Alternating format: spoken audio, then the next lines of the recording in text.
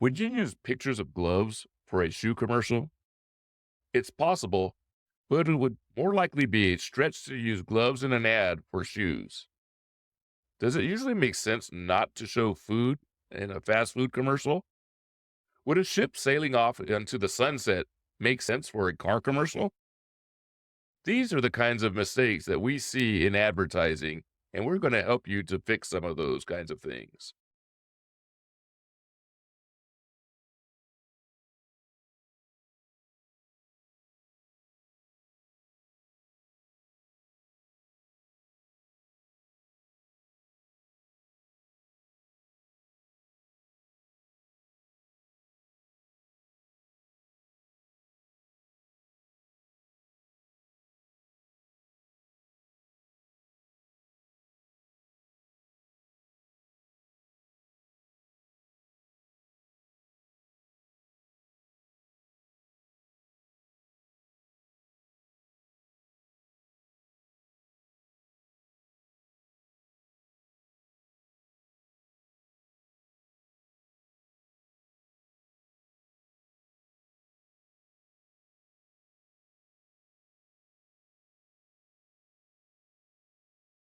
I'm Joe Sayles Jr., lead generation strategist and the host of Flip Your Marketing Flops.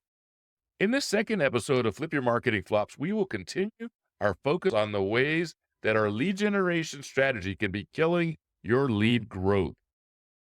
In case you missed the first episode last week, Flip Your Marketing Flops is a new podcast that was born out of a virtual event series that I ran for entrepreneurs during COVID. In it, I interviewed several digital marketing experts focusing on the common mistakes they see in lead generation from their specialties perspective. These experts shared tips on how these mistakes could have been prevented or the steps that entrepreneurs should take to survive those mistakes. Now, starting in the new year, I have brought Flip Your Marketing Flops back to life as a podcast. In it, I will continue conversations about digital marketing and lead generation topics, from strategies to target audiences to tactics and tools and so much more. I would love to hear from you as well. If you have questions or would like to learn more about specific topics in lead generation, then let me know.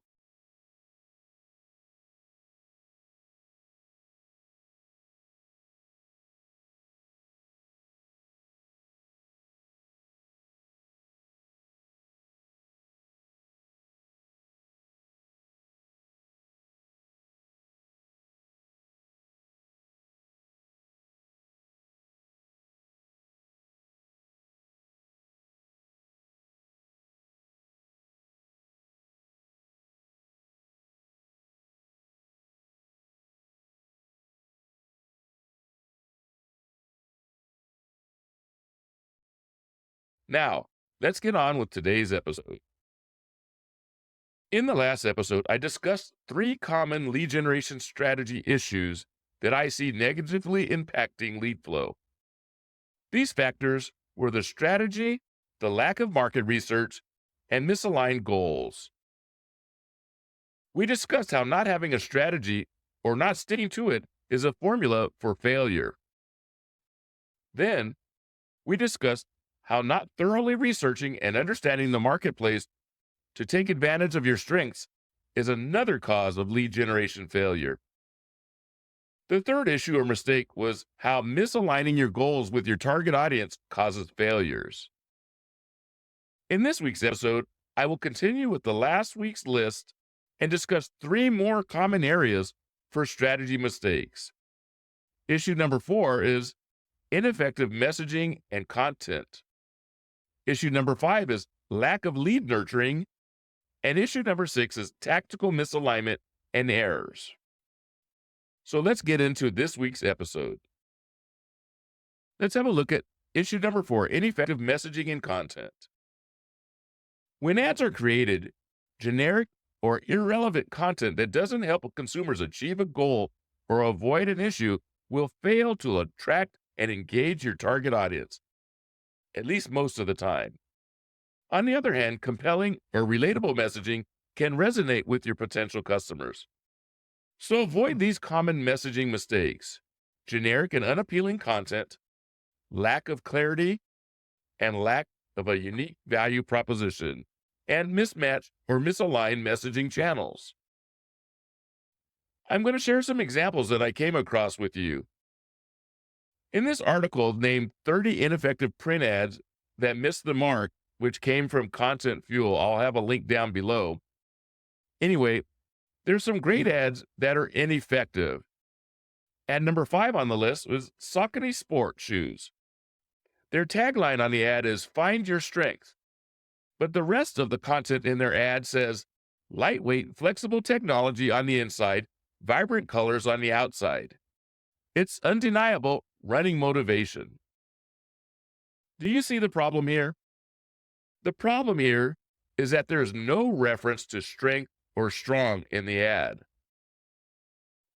A better version of the ad might show the shoe being worn during a weightlifting workout.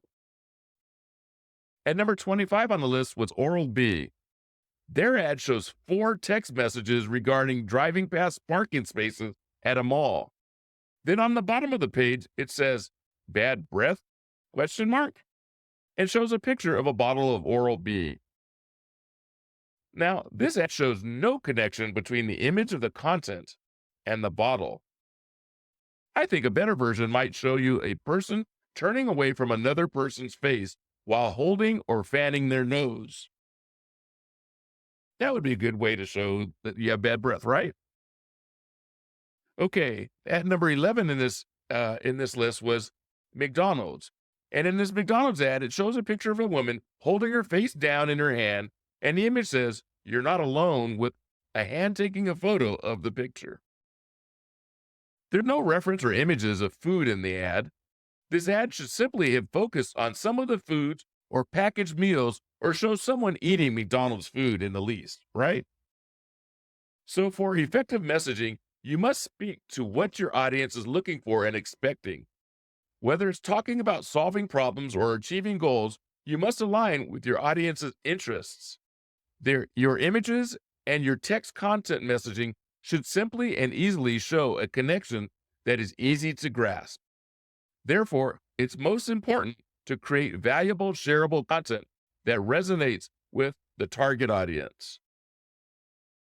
Because marketing messaging is so important in attracting and converting leads, it's a good idea to use storytelling and value propositions to create engaging and persuasive content.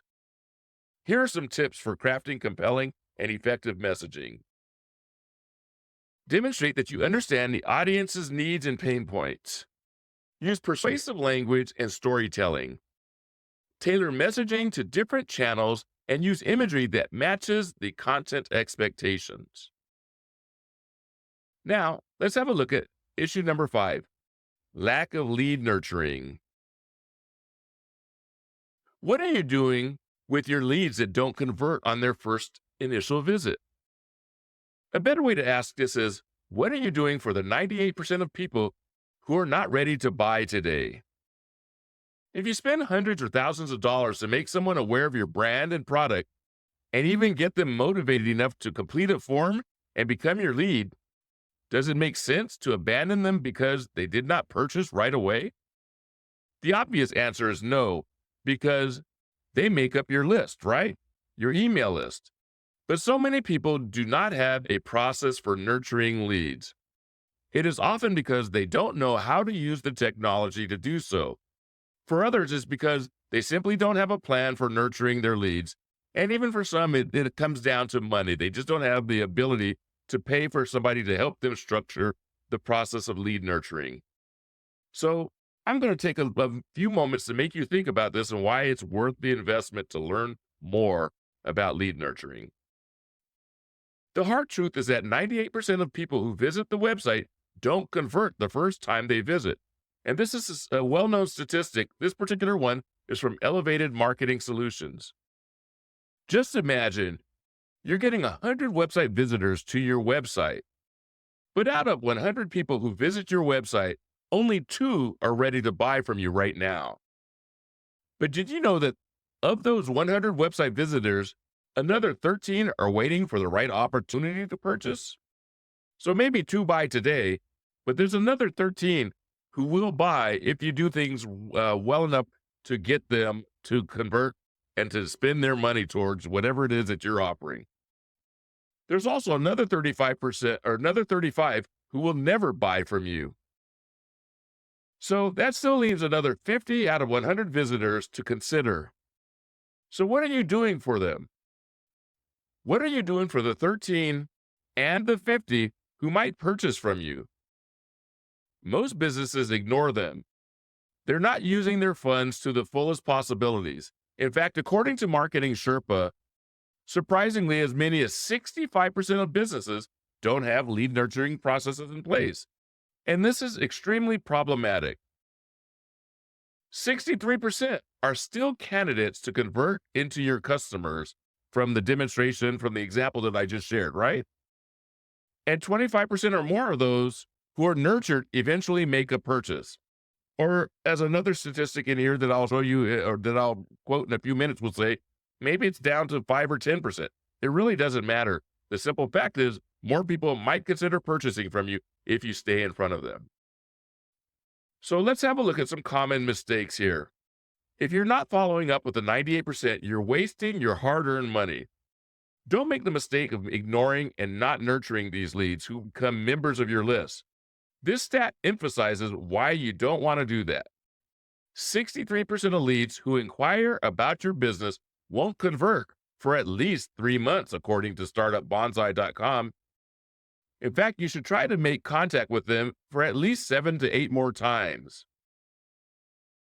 Now, I want to share with you another example here. So let's have another look at this example and factor in money this time. Just imagine you're paying $500 for advertising, and that lands you those 100 website visitors. And that costs you $5 per visitor. But out of every 100 people who visit your site, only 2 buy from you right now. So they're costing you $500 divided by 2, or $250 per sale, right? But what if you could sell to another 63? The 13 who need the right opportunity, and the other 50 who might become more interested and eventually make a purchase decision from you. According to B2B technology marketing community, it says that only 5 to 10% of qualified leads successfully convert for marketers. That's a little different than what I told you earlier when I said 25%.